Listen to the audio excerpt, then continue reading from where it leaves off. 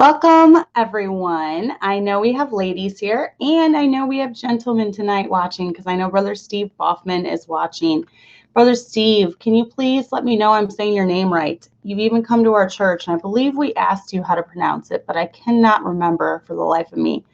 Is it Bowman or Boffman? If you can, just write it in the comments. I want to make sure everyone can hear me before I go any little further. Hello, can you guys hear me? Boffman. So I was doing it right. Boffman. Okay, good. Awesome. So Brother Steve Boffman, Stephen Boffman. As you can see, I'm wearing the Gently Led Sisters. I know it's backwards. Gently Led Sisters. Here's the shirt. See? It's very nice. There it is. And I thought it was a little large at first, but it fits pretty well, and I think it's going to shrink. It's very long, as you can see. You can't even see the whole thing. It's very, very long. I also wanted to show you some of the artwork that he's done. This is one of my favorite pieces in my whole house, one of my favorites. He did this. Is that not beautiful? And this verse, Nahum 1:7, that's my favorite verse. So I had him put that. And it was actually, we kind of had like a misunderstanding, but it worked out really well because he used Philippians 4:13. There was another design with Philippians 4:13 that I liked. And he thought I meant put it around, like use both verses, but it worked out really well because look how cool that looks. And then he did all these flowers. You know, I had told him I love wildflowers. I love flowers. So he did all that. This is in a very prominent position in my home because I love it. So, and there's that. And then also, he sent me this bag to try out. And it's in response to the coexist thing. And so I've been using this to put all my Bibles in. And it's a pretty good size. See, my one-year Bible is in there. And my soul winning Bible too. I have those both in there. And they don't take up much room. You can see in there. So this is a nice, handy little bag. For all you moms that need something to put all your junk in, not junk, my Bibles aren't junk, but all your church stuff like papers, pens, things that your kids draw or do, you can stick that in there. So that's on his Etsy shop as well. And I know he was going to do, I believe, a 10% off coupon code. And Brother Stephen, is there a certain code that you're using, or is it just going to apply if people go over from Gently Led Sisters? Just you tell me how we're going to work that as far as the coupon code. Now, also, I wanted to ask him as well, will these shirts be, this is like a special edition Gently Led Sisters shirt with the it as well. So, okay, so you put in Gently Led Sisters at checkout. That's easy enough. But I was going to ask you too, will these special edition Gently Led Sisters shirts be available to buy as well? That's what I was wondering. Or is this just for the giveaway? Because we're going to be drawing a name later on, but I want to wait until the end. Oh, they're up in his store right now. Awesome. So you can buy it. You can go buy them if you want that. So, but we are going to be giving one away, which is a great deal. And there's a bunch of colors to choose from. I love this color purple. I think it's a very, very pretty color purple. And he has graciously offered to give away one of these shirts to one lucky winner tonight. So let me show his, there we go. There's his website. And then he has an Etsy. He's on Facebook. If you look up Stephen B. Lettering. So definitely check that out. He has a lot of good stuff on there. There's a lot of cute mugs and things too with scripture and things on them. So, and like I said, my favorite work he does is the actual calligraphy. I mean, that's an awesome piece right there. So it made a really good gift. But anyways, I will be at the end. I'm going to have everyone that wants to be entered in the giveaway that's still watching at the end to put in their name or leave a comment. And then I'm going to text my daughter and ask her to pick a number from all the, 1 through whatever, how many people leave their names. And then that number will win. So maybe you will be the lucky winner. We'll see. But tonight I wanted to talk about, get my water because I can already feel it. My mouth is really, really dry. I wanted to talk about candid truths from a pastor's wife. And I actually texted a bunch of pastors' wives that I know today, and I asked them if you could tell women anything about, how to help out your pastor's wife, how to help out at the church, what would you tell them? And they told me a bunch of stuff. And it was funny because most of the stuff I had already written in my outline. And I'm probably going to go back through those messages as I'm talking and kind of make sure that I hit them all. So they had a lot of good suggestions. But, being a pastor's wife, it's not like this grandiose thing. We're just normal women leading normal lives. We love the Lord. We want to raise our children right. And it's not like it's this mystical thing, being a pastor's wife. We're pretty much, Mary's the pastor. That is our job. Our job is not, there's no title of pastor's wife in the Bible at all. Now, there is titles. It does talk about, the elders that rule well. And, one of the things with elders ruling well is obviously they're going to have their wives in subjection, and, their wives aren't going to be troublemakers or, partying out on the town in the police reports, obviously. That counts, but that goes for any Christian woman too. I hope none of you Christian ladies are out partying on the town. So, but, from the time I was actually about six or seven, I have wanted to be in the ministry, as I call it. I call it in the ministry. When I say in the ministry, I just mean working in the church, being married to a pastor. When I was growing up, it was Sunday school teacher, things like that. And I remember when I was 6 or 7, there was a missions conference at my church that I was at. And there was all these different kids like carrying flags down the aisle. And I remember watching all of them, and I'm like, I want to serve the Lord for the rest of my life. I want to be a missionary. I want to be a pastor's wife. God just really, really put that on my heart. I've always loved the things of the Lord. I've always loved church. I've always loved people. And I really felt like that's what I wanted to do with my life. So from the time I was little, I've had that desire, and it's never gone away. And I've always loved, from the time I got married, at age 20, we both got married, and my husband was at the time the assistant pastor at our church. So I was not raised in a pastor's home. I was raised in a Christian home, but I married into a pastor's family, and I married an assistant pastor. And so pretty much for 18 years, I've been around people trying to help, working in the church, cleaning toilets, vacuuming floors, doing anything that needed to be done in the church. And I do love it. I love being a pastor's wife. I really do. I love being around people. I'm an extrovert. I love trying to help people. I love seeing people succeed in their life. So I will say that I absolutely love it. And, there's seasons of life. Sometimes being a pastor's wife is easier than other times, obviously. And that just goes for being a Christian. You're going to have your up days. You're going to have your down days. It just goes with the territory. But, dealing with people all the time and their problems, it can be a drain emotionally and mentally. And no one's perfect. Everyone has problems. Even the most perfect looking family in your church has problems. There's things that go on at home. They get down, they get discouraged. They have financial difficulties.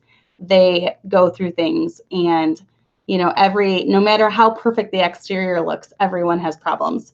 So, it can be very draining, but it can also be very, very rewarding. And, you have those families that come in, and you can see right before your eyes, you can see their life getting better and changing as they grow closer to the Lord, and they start cutting things out of their life, and they start implementing other things in their life. And, that's why I wanted to have Morgan on last week, because she's like one of those families for us, the McLaughlin family. We have loved seeing them grow, and they're just soaking up God's word and soaking up the teaching and trying to implement different things in their family. And it's very, very encouraging and rewarding, because, like I said last week, church attracts the best kind of people, but it can also attract the worst kind. So you have the ones that are such a blessing, which I feel like that about everyone in our church right now. I'm not lying. No one in my church is draining me right now. This is a good season. This is a very, very good season in our church. We have a very good spirit. We have unity. We don't have anyone that sows discord. We don't have anyone that gossips. It's just, we're all in unity. All the ladies get along. It's just a great, very good season in our church. But, you know, there's been other times where it felt like, you know, everyone was saying horrible things to you and everyone was finding fault with you. And maybe I know for me at a time in my life when I have been really low, that's when people would say things to me like, you know, why aren't you doing this? You need to be doing more. You know, just finding faults with my personality.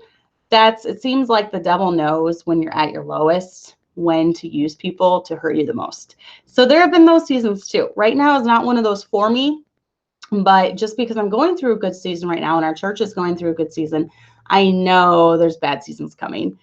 And so I'm in this for the long haul. So if you are thinking of marrying, I'll throw this out there for anyone that's thinking of marrying someone going into the ministry. Like my husband was saying in a sermon yesterday, it's a marathon, not a sprint. Okay, you're in this. You have to determine that come hell or high water, you're in this for the long haul. And I'm stubborn, and I think that helps play into my life choice of marrying a pastor. I'm very, very stubborn, and I don't want to be a failure, and I don't want to quit. And those are good attributes to have when you are in the ministry, because you're going to go through a lot of tough times. You're going to go through a lot of trying times. And you have to be in it for the long haul. And you have to be in it because you love the Lord. Okay? Because people sometimes, they're not a very good investment sometimes. Okay? I'm just being honest. Like I said, it's candid truth. So I have to be honest, right? And people are not a very good investment sometimes. Sometimes you will pour your heart and soul into people. You will pray about them. You will cry over them. You will think of them all the time. You will try to help them. You will give your time and your resources and your energy. And they will turn around and stab you in the back. And that is just a truth, a sad truth of being in the ministry. But every pastor's wife that is watching knows that I'm being honest here. And yes, you have to have thick skin when you're in the ministry. Yeah, Amanda, I know it. You have to learn it the hard way. And you do have to have thick skin. You have to get to the point where it doesn't bother you if not everyone likes you. I mean, personalities are going to clash. You know, you're going to have people come in that are domineering and try to take over things, and you're going to clash with them, and they're going to clash with you. And, you know, as a pastor's wife, you're like trying to keep things non-dramatic for your husband. But sometimes there's going to be drama, and it's just things have to come to a head, and then he might have to step in and help deal with it. That's happened before in the past. Not anything now. Like I said, we're in a good season, but those people are coming. I just know it. So just remember, you're not in this for the outcome, okay? But rather because you love the Lord, you love people, and you want them to succeed. So you can't be in this thinking, I'm going to get all this investment back. All these people are going to, you know, one day they're going to love me. One day everything will be smooth sailing, and one day I'll never have problems to deal with. You have to be in this because you love the Lord and you love people, and you want to see them succeed. And you can't think of how much you've invested in them if you get no return. Because some people you'll pour your heart and soul into, and you'll never get a thank you. You'll only get stabbed in the back. You'll only get talked about badly. And so you can't be in it for the rewards. You have to be in it because you love the Lord. So I'm going to go into some things that you can do when it comes to your pastor, his family, his wife, things like that. So please do not put your pastor's family on a pedestal. Okay. I do believe this whole thing. Oh, look, there's like some baby spit up on me. I'm gonna put my hair down and hide that. Hide my baby spit up. Show the good part of the shirt. There we go. I always have baby spit up or snot on me or something. But don't put them on a pedestal. You know, I think this trend started back in the 70s, and I think it started with, you know, the whole don't say anything against the, you know, man of God. Don't touch the man of God. Don't touch the Lord's anointed. Well, first of all, when the Bible verse is talking about not touching the Lord's anointed, it's talking about the king, okay? And let me get this straight. Kings And pastors are different, okay? A king is not a pastor is not a king. And a lot of times people try treating the pastor like he's a king. They elevate him and they put him on a pedestal when honestly, you know, your pastor's human. Your pastor's human, your pastor's, okay, let's get rid of this guy. Weird. So your pastor's wife is human, your pastor's kids are human. Okay, do not elevate him. Whoops. I'm messing something up. Okay, I gotta hide him. Just a second. It's like there's like a lag to it. Okay. There we go. There, and now he's hidden. Okay, so the pastor's human, we're human, the kids are human. Don't elevate him, but please be respectful. There's like the line here. You know, there's a line between thinking he could do no wrong and putting him on a pedestal and making him into some sort of idol that, you know, you have to emulate every move, everything he does, and then being disrespectful. You know, teach your kids to call him pastor. My husband goes by Pastor Tommy. Teach your kids to call his wife, like, you know, Miss Cassandra. And, you know, it's not even a pastor's wife thing. For me, my kids have to call adults by, it's like Brother Mark and Miss Heidi, or, you know, Miss Morgan and Brother Matt. They have to call brother for the men. That's just something we do in our church. And Miss in front of the ladies, or, you know, even Mrs. in their last name. Our church is pretty close knit. So most of the time we use Miss with the lady's first name. But teach your children to respect him. You know, your children pick up a lot on what you do and your attitude. And if you are calling the pastor by his first name, a lot of times the kids, they kind of learn from that. So if you are, if you are saying, you know, Tommy in his message today, the kids are going to pick up with that and they're going to start calling him Tommy. And it's just, you know, you want your children to respect the authority position, and you want your children to know that he is an authority position so that they'll listen to his teaching. You know, he's there to try to help your family, try to help your children do right. And if you are treating him with respect, then your children will pick up on that and treat him with respect as well. So, and that just goes for even any adult. You know, I really feel like there's a lack of teaching children respect nowadays. And I would be mortified if my children ever called a pastor by his first name, or even an adult. I can't even imagine my children ever calling an adult by their first name. You know, I try to really instill that in them. And I don't think they ever have, but if they do, let me know. Because I will get after. I don't like that. I like it when children call people by Miss, Brother, Mrs., Mr., things like that. So just remember that the pastor's kids are sinners, just like everyone else, okay? Don't be watching their every move, trying to catch them in the act so you can go tattle. And you say, that's silly, you're making that up. No, I'm not. There was actually people that I have known that have done that. It's like that they watch, you know, they sit there and they watch. Not in my church, no, thankfully. They sit there and watch, and they'll, oh, little Johnny just did this. Time to go tell the pastor. They'll march in there to the pastor and be like, I just want you to know that your son did this. And it's like they just waiting to see what the punishment's going to be. And I think it helps them feel better about their kids being brats, maybe, to know that, oh, the pastor gets up there and he preaches about, you know, training your children, and his kid was a brat. So that makes me feel better about my kids being a brat. Well, you know, all kids are going to be brats now and then. I'm sorry. Kids get tired. Kids get cranky. Everyone in my church knows that my kids are not perfect.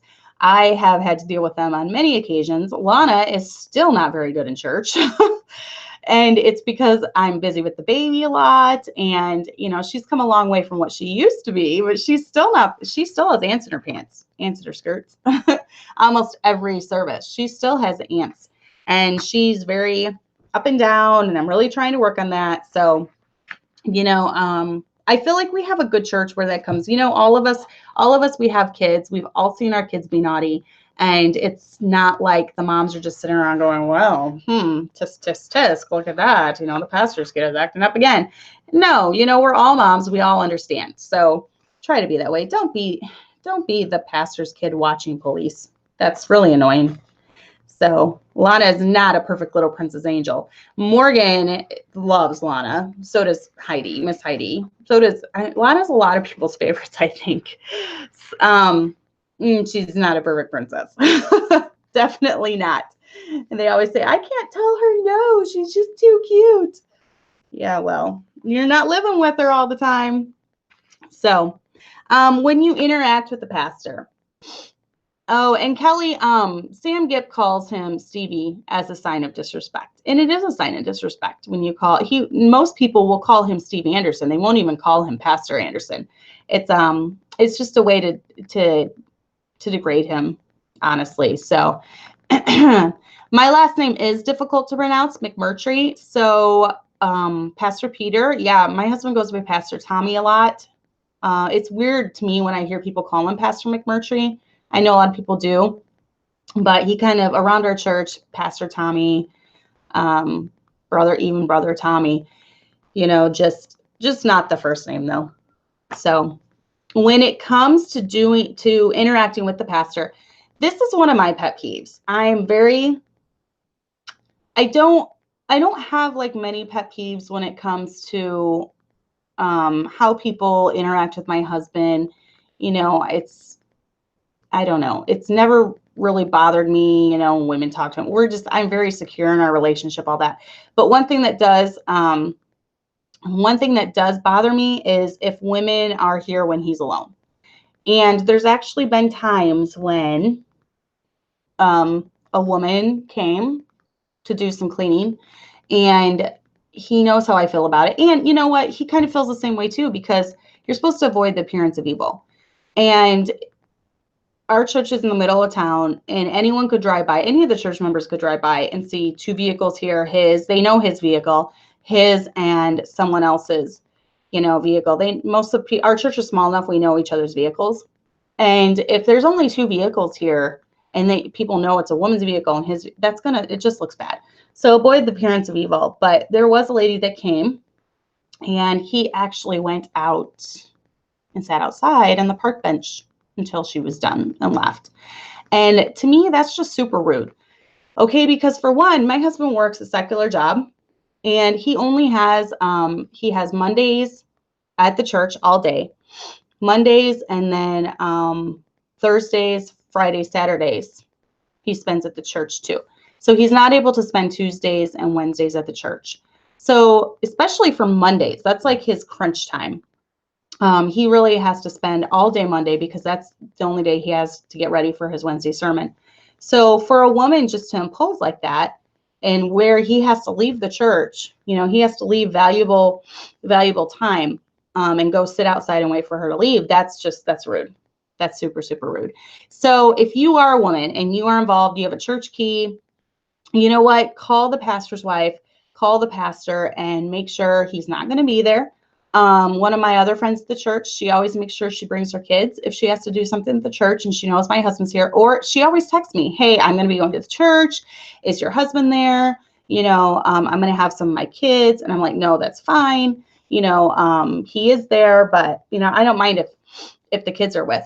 You know, avoid the appearance of evil. It's a safety measure. It's as much for you as for him, as the other people.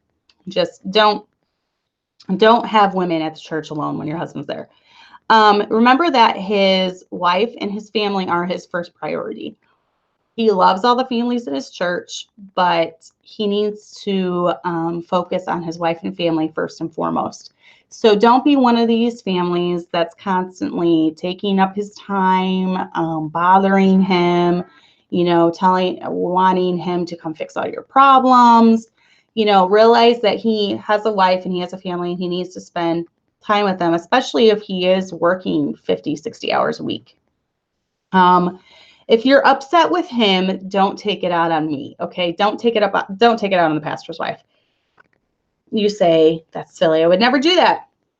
Well, a lot of women are very vicious And they will, if they get upset at something your husband preaches, they will take it out on you. And I know this firsthand. So just don't be like that. This is one thing I asked my husband. I said, is there anything you want me to say about two women about relating to your pastor? And he said he wanted me to say something about don't relay messages through me to him. In other words, don't be passive aggressive.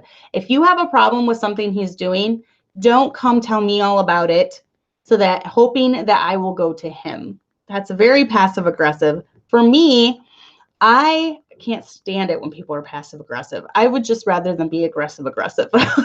I would just rather have them just tell me, if they have a problem with, go to my husband, have the husband go to my husband. If you're single, that's different.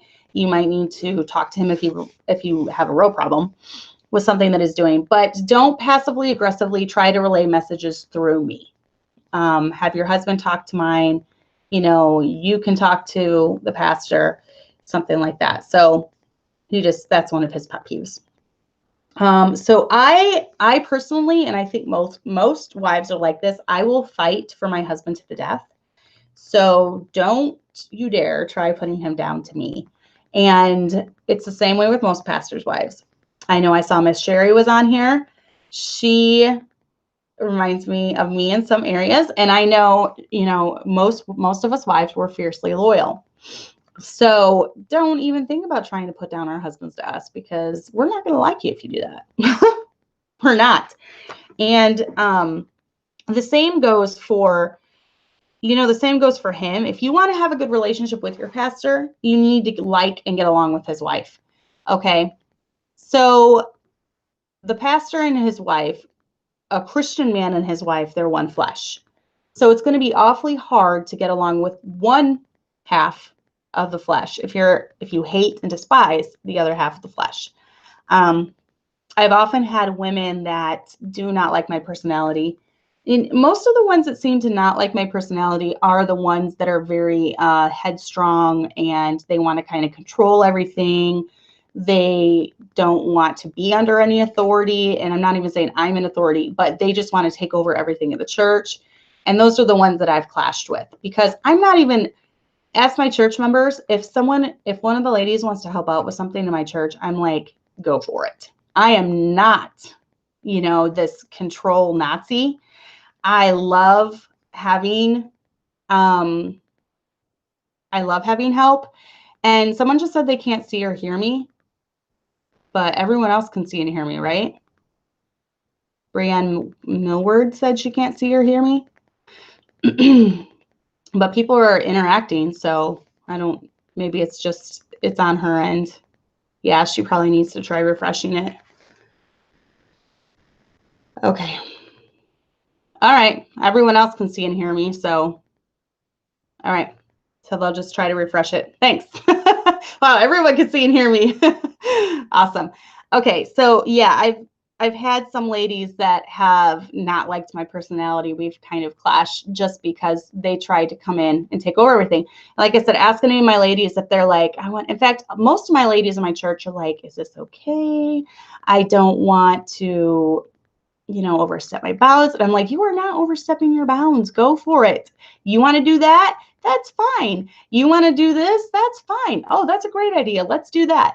That's how I am. I appreciate the help. I can't do it all around the church. So I appreciate when women step up and they help and they ask what they need to help. I'm not a control Nazi at all. So, the ones that I've really clashed with are the ones that do try to come in. They try to control everything. They try to boss their way around the church. And I don't get along with people like that. So interacting with the pastor's wife. Okay, I should know this one well, right? I was an assistant pastor's wife for 10 years. I've now been a pastor's wife for 8. Almost 8 in September. So I've seen the good, the bad, the ugly, the rewards, the perks. Realize that she has a lot on her plate, just like you do, except she has the success or failure of the church on her shoulders as well. And this is a big burden. There's a family in our church that he is a chiropractor, and he started his business. I don't know how long ago did the Gomers start their business? Does anyone know? Morgan or Heidi? I think they started it, I don't know, maybe 4 or 5 years ago. But in those first beginning years, it was funny because it reminded me of when we planted our church almost 8 years ago. Because a lot of planting a church and running a business, they're kind of the same thing. Because like for us, when we planted the church, we started with just our family. So when we first started out, we had no tithing members, no members at all. It was just our family. Morgan says she thinks 5 years. See, I thought it was about 4 or 5 years. And same thing with the chiropractic family. When they started, it was just their family. They didn't have any customers yet. They had to get the customers to come in. They had to advertise, and it was the same with our church. We had to advertise. We had to be, on the streets all the time, knocking doors, trying to get people in, doing newspaper ads, things like that. And it was a very stressful time. A lot of times we didn't know how the bills were going to get paid. My husband went through about a few months where we didn't have any income at all coming in. He had no job. He was applying everywhere he possibly could. No job, no money coming in. It was a really scary time. And realized that, she is thinking, what can I do to be better? What can I do to help out my husband? What can I do to help our church? Am I doing enough? If it fails, is it because of me? Is it because I'm a horrible pastor's wife? Is it because I haven't done enough? She has all these thoughts running through her head. So just remember that about her. And the best thing, encourage her, but don't be a burden to her. And when I say a burden, for me, someone being a burden is just, I don't know. If I plan something, them texting me like 50 times a day about it. That's annoying. I am very, very busy. I don't have time to sit around on the phone or texting constantly, reminding you or trying to get you to come, or if you're, well, I don't know if I'm going to come, asking a million questions about it, just decide if you're going to come and just leave it at that, come, whatever. I've had instances in the past where someone wanted to help me with something. And if you want to help, just help. Don't be constantly bothering me about it, texting me about it, calling me about it, freaking out about stuff. That's when you turn into a burden rather than a help. So try to be an encouragement. Step up. If your pastor's wife needs help with something, step up and help her with it. Do it and don't bother her about it constantly. Just take charge. You're an adult. Don't expect your pastor's wife to babysit you to make sure that you're getting it done. If you volunteer for something in the church, just do it. Don't make your pastor remind you 50 million times. If you volunteer to mow the lawn, just show up and mow the lawn. Don't have him, show up on Sunday morning expecting a clean cut lawn and there's weeds everywhere and if the grass is a foot tall. You know what? Do your job. You're not a child. Step up and just do it. There's been lots of instances in the past where people have volunteered to do something, whether it's clean the church, mow the lawn, be there for soul winning, whatever, and they just failed. They backed out. They didn't do it.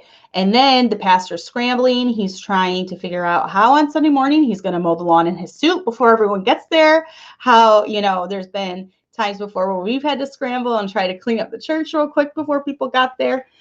So just, if you're going to say something, if you're going to do it, just do it. Okay. That be an encouragement. Don't be a burden to her.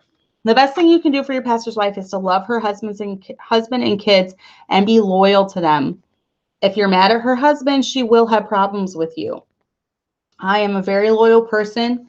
I will fight to the death for my husband and for those I'm close to, for my best friends, for my friends, for the people in my church. I get very upset when there's false accusations going around about people, and I will fight to the death for them. So the best thing you can do is to love her husband and kids and to be loyal to them. Loyalty is a very, very hard thing to find nowadays. And if you are a loyal church member, that is worth more than gold. And all the pastors' wives on here will tell you, because we have been stabbed in the back. We have been talked about. We have been lied about. We have been slandered. And to know that someone is in our corner to the death, that's more than anything to me. And I know there are families in our church like that, where they're in our corner, and I could never see them stabbing us in the back, or, and sometimes the ones that you never think they do. But I really think that, there's people in our church that my kids kind of view as their third grandparents, and they're sweet to my children, and they get them little gifts, and they're just, there's a couple ladies in the church that do that for my kids. They bring them little gifts, and it's very encouraging to me. And my children love them, and they'll always remember that. They'll always remember that. They'll always remember the people that were nice to them. They'll always remember the people that were stabbed them in the back too. But be the one that's nice to them. Don't be the one stabbing them in the back. So I kind of touched on this, but don't come into the church and try to take over areas of the church. If she needs help, then help, but don't constantly badger her, text her, call her about it. Do what she asks and figure it out, okay? I already kind of went over that. And yes, there have been ladies that come in, and I don't know what the need is to control different areas in the church. I don't know if it gives them a sense of power or a sense that they're doing something. But honestly, we're all in this together, all of us church members, and we all need to help out. We all need to do things in the church. One doesn't need to be lording over different areas of the church over someone else.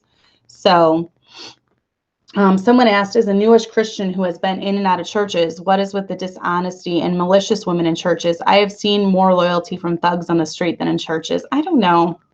I don't know. I really don't get it either. And one thing that I am not disloyal. I really, really, it's something that is very near and dear to me and I still have lots and lots of old friends in the old IFB everywhere.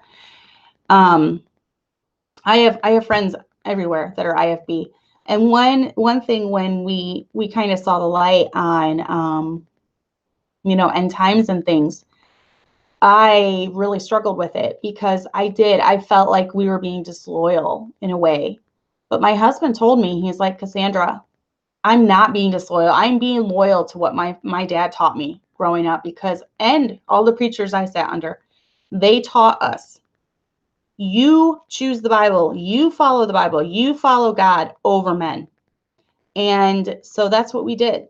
We just had to come to a point in our life where we were like, what is more important to us? Is it the praises of men? Is it, being in the club? Or is it following the word of God and what he says? And for us, ultimately, we chose the word of God. We chose to obey and be loyal to what our family, our fathers, and our preachers that we sat under taught us to do. And that was follow the word of God. So, I really don't understand women in church. I think a lot of women are miserable. I think a lot of women have problems because they're on, this is a big, you might laugh, but this is a big thing, hormonal birth control. That messes a woman up bad. If you just read the list of side effects, depression, anxiety, a lot of those are side effects. Women are on hormones that they were never intended to be on. They're messing with their cycles. They're messing with their whole makeup of their body and how everything works. And I think that really messes them up. Someone said they're bullies and they have to put down others to make themselves feel and look better. That's a big part of it. We have a lot of churches have a very judgmental attitude. Not everyone measures up to their spirituality. And so they have to put others down to make themselves feel better. That is a big thing about it. I don't like it in churches when there's cliques, when there's just different groups of women that, are off segregated and no one's allowed in that little group. I like for all of us to mingle, all of us to talk and not have little groups here and there. Now, obviously, there's going to be women that you're closer to because you have the same interests, you have, the same type of personalities maybe. And then there's going to be other women that you don't really click with. I'm not talking about that. You know, you can be close to some and nice to all, but I don't like it where I've seen the churches where there's cliques that, like the popular clique, or, you know, they don't want anyone else in there. So try not to have that attitude in your church. So remember that she can't be everyone's best friend. Okay. She'll be friendly to all, close to a few, if she's anything like me. Now, maybe there's some, I don't know, pastors' wives that are watching, maybe you're better at this than me, but I feel like if you want a really deep, meaningful friendship, it takes time. Just like anything good in life. A good marriage takes time. A good church takes time. A good relationship with your kids, you know, takes time. And so for me, I don't have the time to pour myself into all these different friendships. You know, I'm kind of a too close friends type person. So I've had my best friend since I was 12, and we have a very, you know, we both know that no one could ever take that place. And, you know, it's just, we're each other's best friend. And then, you know, my other really, really close friend was Kelly, and she ended up dying. So there's not a lot of people that I just really, really click with very, very good. I have a couple other close friends right now that I, you know, talk to about things going on in my life, you know, feelings, emotions, things like that. And it's good to have close girlfriends because, you know, our husbands are great, but at the end of the day, if you tell him about the horrible day you had, he's just going to try to give you a solution. That's how men are. If you tell them about a problem, they're going to try to fix it. Sometimes we just want to vent and be heard. Sometimes I'll tell my husband, I'm not telling you this so you can fix it. Just listen. I just need you to listen and like pat my head and say, oh, poor Cassandra, I feel so bad for you. That's all I want.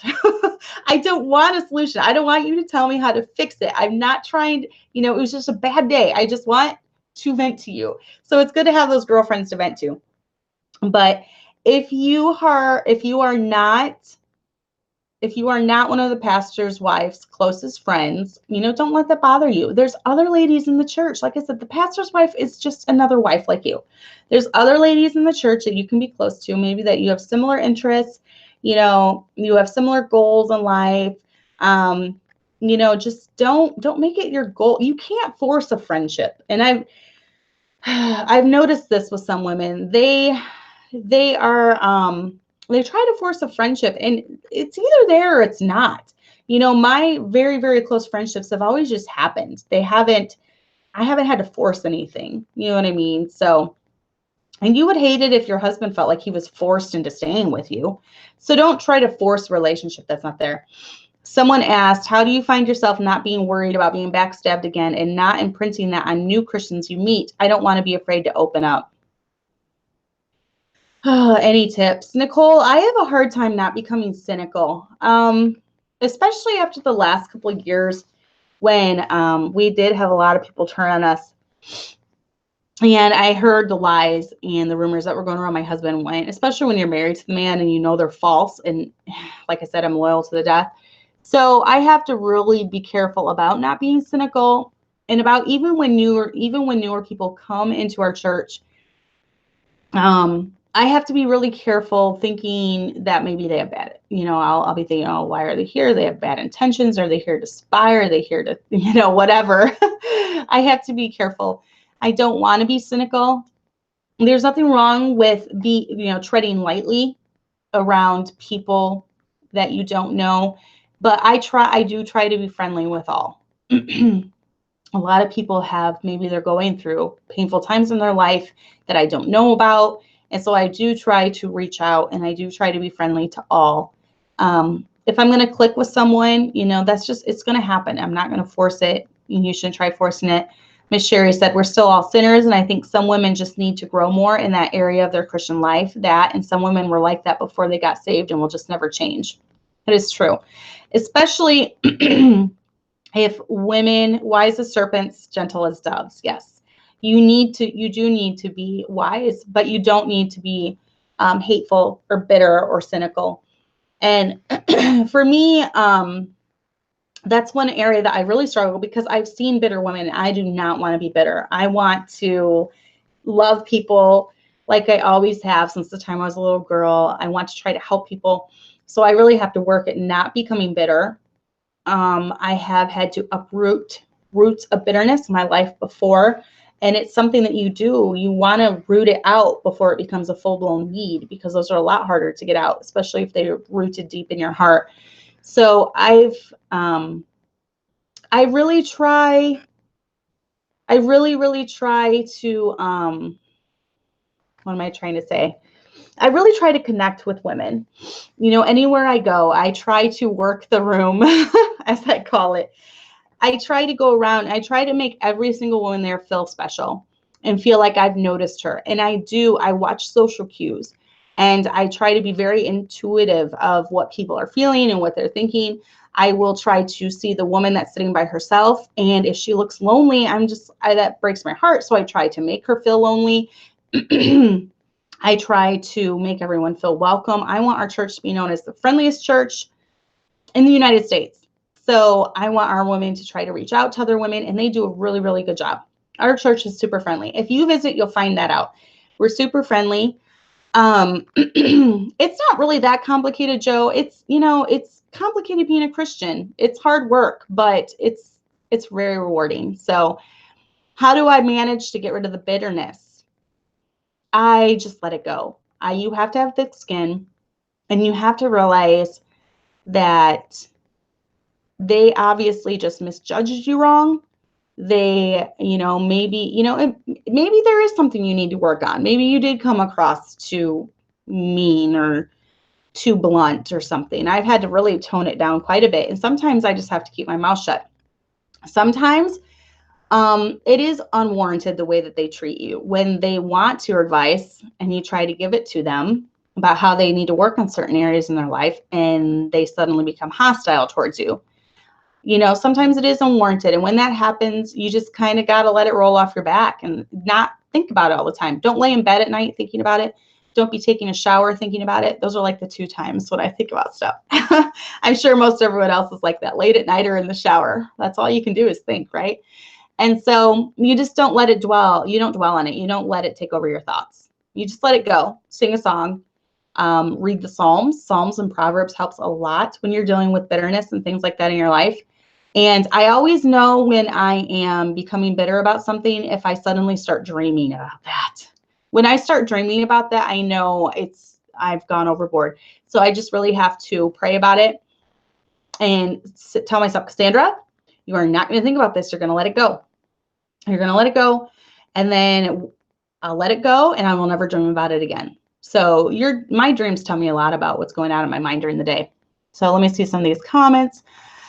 Ashley said, my mom is a pastor's wife. I'm shocked sometimes at what church members can say and how people can act. I know. People are pretty nasty sometimes. It's just a sad truth. And they really are. Nicole said, thank you for your show. It makes me feel connected to my Christian family. It has helped in the area because I feel alone in the churches in my area. I'm sorry. I hate it that people feel alone. I wish you could get in a good church where you felt connected. And you're right. All we can do, Miss Sherry said, all we can do is lead by example. Yep, that's true. You can't force anyone to take your advice. You just got to lead by example. And then Nicole said, they're worse off than us. Can you imagine being the woman with the big mouth who lies or backstab their sister in front of our Heavenly Father that day at judgment? That helps me. Yeah, and just, women that are like that are not happy. You want to be happy. You don't want to be miserable. So Jessica said, I've made a friend. Hi, Amber, through GLS chat. And it's so nice to have people to talk to that have the same mindset. Exactly. And that's why I like this show. And I like the chat, and I like doing the live shows because we're all here. We're all talking. We all feel like, oh, I'm not alone. There's someone else like me in this world. So, okay. So anyways, let's move on. So regarding the whole friendship thing, don't be a leech. Don't try to force a friendship if it doesn't click. Like I said, you cannot force a good friendship. It's either there or it's not. If she plans things, go to them, okay? Attend them. She wants you to come and she wants you to have fun. So listen for the announcement.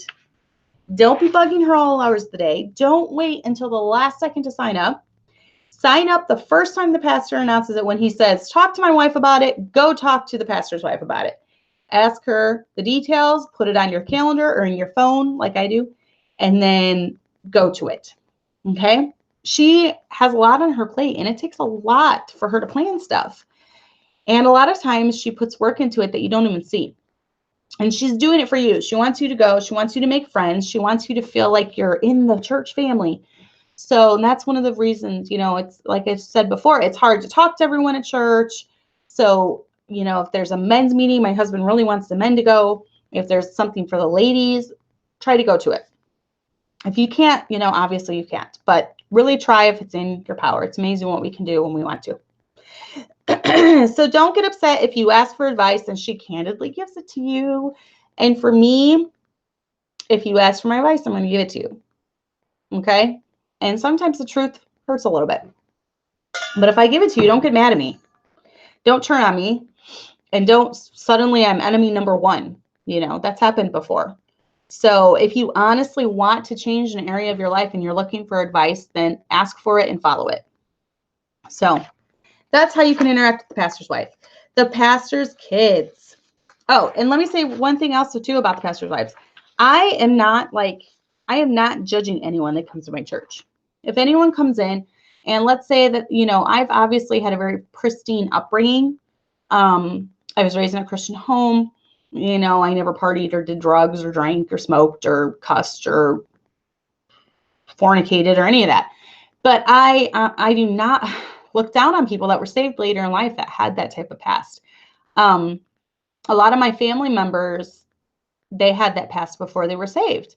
And I just thank God that they got saved because, but by the grace of God, there go I.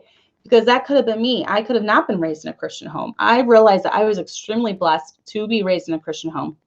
I do not look down on people for their past. I do not judge them for mistakes that they've made. I want them to grow in the Lord and make better choices for the future. And that's why we're here. We named the church Liberty Baptist Church because we want people to experience true liberty. And that's by making good choices in life and not being under the bondage of sin. That's why we named this church Liberty Baptist. Amber asked, what is a good way to say I appreciate you to the pastor's wife in the form of a gift? For me, Miss Sherry, you need to put down what it would be for you too. For me, it's an Amazon gift card. Everyone knows it's gift cards, like maybe just gift cards for eating out, because a lot of times we cannot afford to eat out very much. So a gift card is awesome when it comes to eating out. An Amazon gift card, that's like my love language. I love Amazon. Yes, coffee gift card. We have a man in our church, every birthday, he gives me a Dunkin' Donuts or Starbucks gift card, and it's so nice of him. And he gives my husband, I think, Burger King or something, some junk food place. But gift cards. I like gift cards, Amazon gift cards. A lot of the stuff I got for Kelly, I got through gift cards from wonderful people in our church giving him. I started out my cloth diaper stash with Amazon gift cards. So, and then Miss Sherry said, anything, just the fact that you thought of them means everything to them. And then like even last week, that's true because the McLaughlins gave me this cute little box. I think if you follow me on Facebook, you saw it. Cute little box that said saved by grace and coffee, which totally describes me. And it was filled with coffee pods. Yum. And they were really, really good coffee pods. And that was just sweet because it was totally unexpected. And they spoke my love language. They gave me my love language, coffee. So yeah, you could get her a Goodwill gift certificate. Yes. Goodwill is great. Stephen Bachman can get her some merch from StephenBLettering.com. Yes, they have a lot of cute things. They have a lot of cute coffee mugs if she's into coffee mugs. And any coffee mug with scripture on it is awesome. So those are good questions. But yeah, it's just anything. If you just show, just even a sweet card with a sweet note in it. Last year for the pastor's wife retreat, unbeknownst to me, the ladies had all sent cards and little gifts and money and gift cards to Karen Rodriguez, who was heading it up. And it was so sweet. I got back to that hotel room that night, and Heather Major was like we were sharing a room, and she was looking at all her stuff, and I was reading all my notes, and it almost made me cry, and I'm not even a crier. And so they did pretty good because I was totally surprised, and it was just so sweet thinking that they took the time to write all these little notes and take up this little offering. And, they had my favorite restaurant gift card in there. And it was just very sweet to me. And the notes were so sweet. So even like a sweet little note of encouragement, it's very nice. So Kirsten said, I want to ask someone who has actually seen me to give me advice on my clothing and if I'm getting it right, but I worry my feelings will be hurt. I can't imagine turning angry and hateful though. Kirsten, I love your clothing. I think it is so pretty. She dresses very like medievalish. I don't know, like long flowy dresses, and her hair is in a long flowing braid. And she's just like this medieval princess floating down the aisle. I think she's beautiful, and I love her clothes. So Amber gift cards, yeah, they're great. So yeah, tell Matt he did a good job. He knows what I like. So anyways, back to, we kind of got off track, but that's fine. If you guys have any questions, just ask the questions. Okay, just ask them and I'll try to do them. I'm almost through. I know you all want the giveaway. So for the kids, realize that they made sacrifices too. My kids, this is back when we were going to go to Disney World. Don't judge me. We were going to go to Disney World, and the year that we were going to go, we had the money all saved up, and the kids were excited. I think, what do we have, like 5 then? Yeah, we had 5 kids. And we had the trip booked, actually. And we decided to plant the church. And because we planted the church on September 11th is when we planted it, 2011, we, sorry, Kirsten, we had the trip booked and everything. And because we planted the church, we had to unbook the trip. And the kids, that was a trip that they were excited, of course. I mean, most kids are going to want to go to Disney World and go to the rides and all that. But we were not able to go. We ended up using that money because, my husband was up without a job for several months and we had no income coming in. So everything we had saved, we used for that. And so that was one sacrifice they made. They gave up a really cool vacation. And, we had to leave our old church, which had all their friends. So we left a church with friends to come to a church with just our family. So that was a huge sacrifice on them. And I know it was a very, my son still talks about it, my oldest. I know it was a very I don't know what I'm trying to say. It's impressed in his brain that time of his life. And it was hard for him. But he has since, obviously, he's grown up and he has, he's accepted it, and now he says he loves Rock Falls and he doesn't ever want to move. But it was tough on him when we had to move. So remember that they've sacrificed, and treat them like you would your own children or your own grandchildren. Don't hold them to a higher standard because they're the pastor's kids. Now, obviously, I tell my kids this, with being a pastor's kid, there comes a lot of perks, which I'm going to mention in just a minute. There's a lot of perks. So because of that, I want them to, be appreciative of it, to behave, to be thankful, to be gracious, because there are perks that come with being a pastor's kids. I never want them to get to a point where they just take it for granted. And so I hold them to that standard, but don't tell my kids, well, you can't act that way because you're a pastor's kid. If you're going to say that, say, don't act that way. You're a Christian. That goes for all of us. Don't act that way. You're a Christian. So there are a lot of perks, though, to it. And one of the perks is obviously traveling. My kids get to travel. We kind of rotate kids with my husband. When he has a speaking engagement, they'll get to go with him one at a time. And, a lot of kids don't get that. So they get that. They get to be around great Christians, to be around great pastors, to get close to them, to be one-on-one with them. That's really good to have my kids around other great Christians. I love that. I love that they can learn from them, listen to them, talk to them.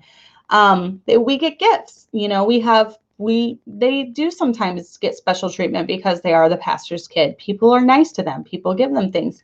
And, I think our church is pretty good at being nice to all the kids around here. But, my kids will get gifts a lot of times because they are the pastor's kids. And I don't ever want them to become, to feel like it's my right as a pastor's kid. No, I try to teach them, being in the ministry is wonderful. Look at all this, look at what we get. Look at all the perks we get. Look at, you get to travel to special conferences, this is just wonderful. When ministry life is wonderful, don't ever take it for granted. So, it strengthens our faith. I really had my faith strengthened when we started the church, and it's great seeing lives changed. So, but the downside, there are some downsides. People will let you down. Financially straining and tough most of the time for me. Since we started the church, it's been an uphill battle all the time. If we're not worried about the church's finances, we're worried about our own finances, because my husband is maybe putting in too many hours at the church, but they still can't quite pay him. So he is, losing hours at work because of it, where he could be working. So, it's always been financially tough.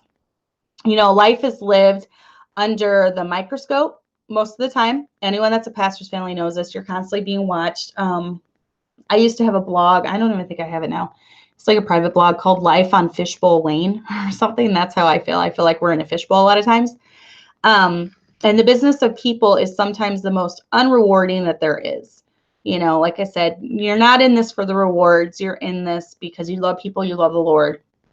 And mentally, you just want to run away sometimes. Sometimes I do feel like when I feel like I'm becoming a little too burned out, I need to just take a step back, and I need to kind of maybe take a day or a night away with my husband. And for me, I don't hint around. I just say, I need this. Okay, I'll tell him, I've been really low on the totem pole lately. We need to go away. I need you for a day. I need you for, we need to go away for the night and recharge. And then that always helps me. So realize if you're going to the ministry, you'll need to be aware of times when you might be getting burned out, and you need to really take charge of that. And then you have to be willing to be a fighter living this type of life. When I say fighter, I don't mean a brawler. Don't go around punching people. I mean, you need to be in this for the spiritual fight. You need to be a spiritual fighter. You need to know that we wrestle not against flesh and blood, but against spiritual darkness and wickedness in high places. You need to realize that you're in this for the long haul, and it is a fight. It's not a recreation hall, according to an old song. And you have to be willing to believe what you believe and fight for it to the death, and know that there are some things that you will not budge on, and know that you will be behind your husband 100%, and that it is a spiritual battle, and it is warfare, and you cannot tiptoe around in the daisies doing this type of thing. And you need to be a strong, solid in what you believe, and just love the Lord with all your heart. So those are my tips. If you guys have any questions, go ahead and do them now. I left Kelly at home with Abby, so I'm keeping an eye on the clock because I fed her right before I left. But are there any other? I can only imagine I feel burned out just being a layman in the pew. Well, yeah, layman, we need our layman, and it is hard being a layman too, because, the laymen, they're off, the men are working, every single day, 50, 60 hours a week. We have a lot of people in our church that are laymen, and I'm just appreciative when they can show up, when they can show up for church. So, and being a pastor's wife, it's just the main thing is just remember we're normal. Don't put us on a pedestal. We're normal, and we get burned out too.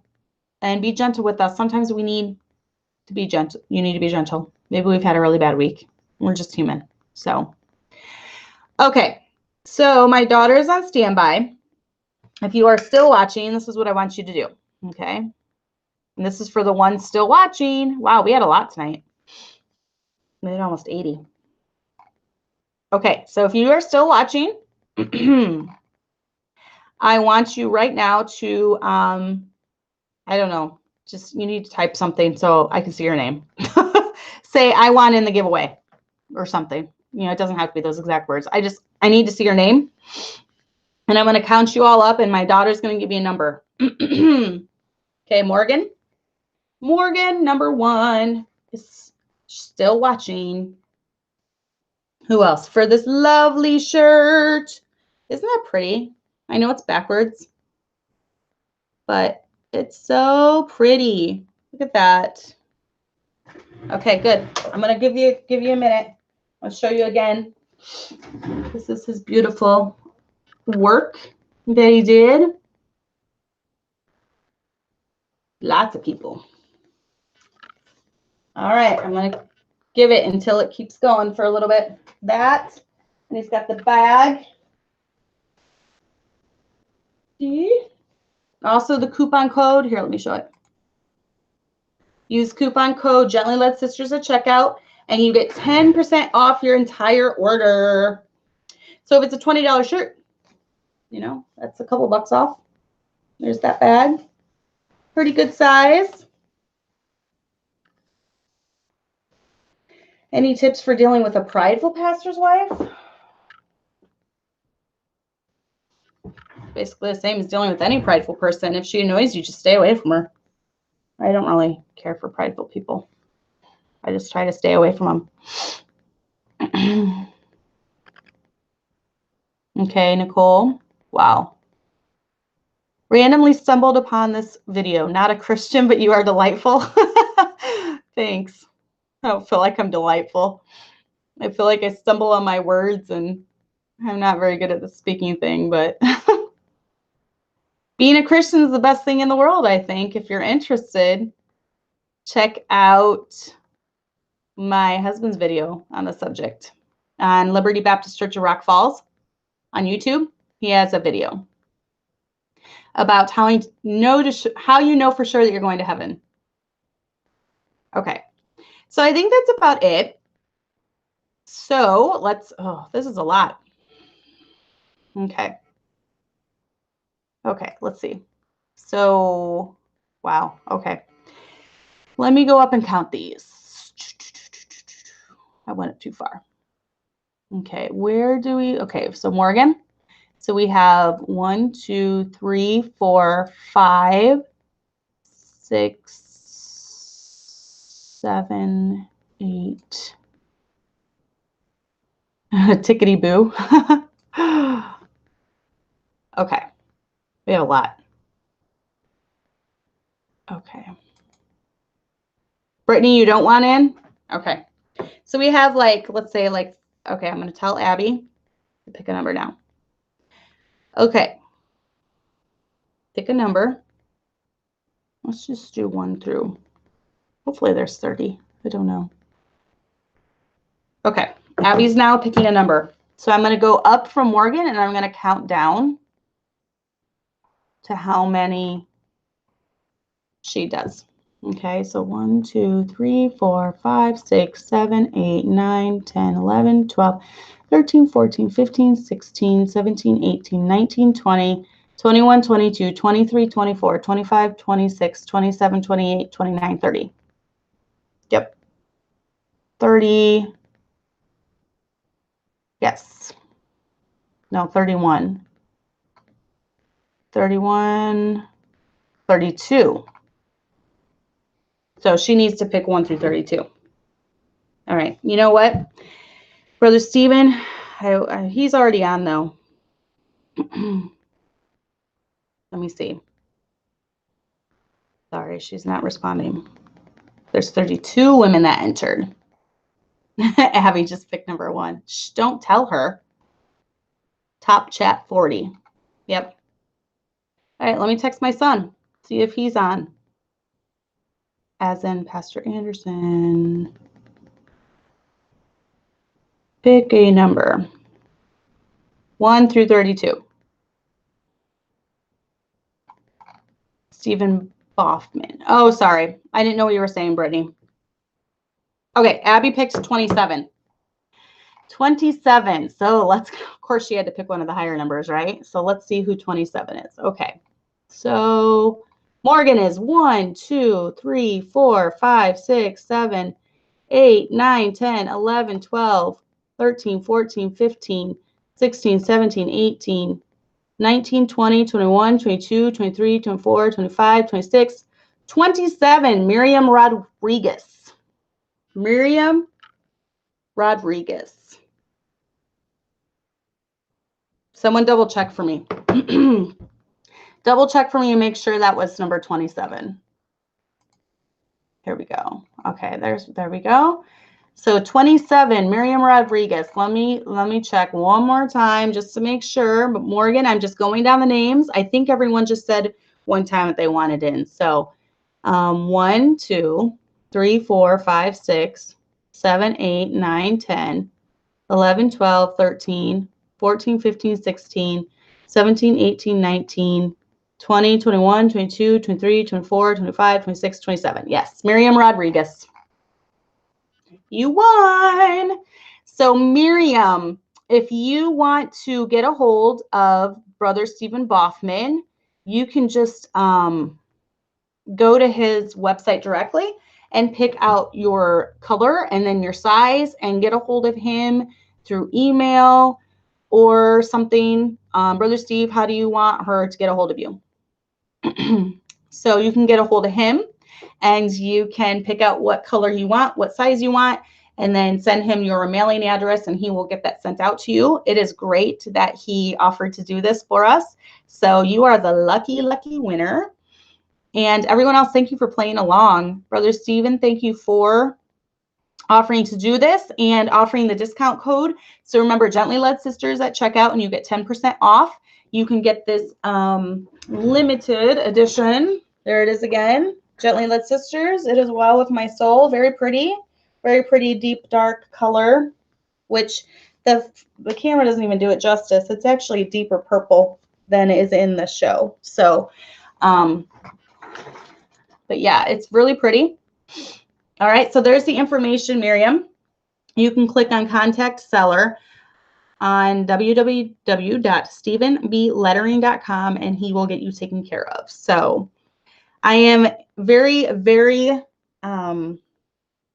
interested in seeing the shirts that he comes up with for the Gently Led Sisters, where you can go on there and you can buy them. In fact, my daughter Chloe already said that she wants one of these special edition Gently Led Sisters shirts.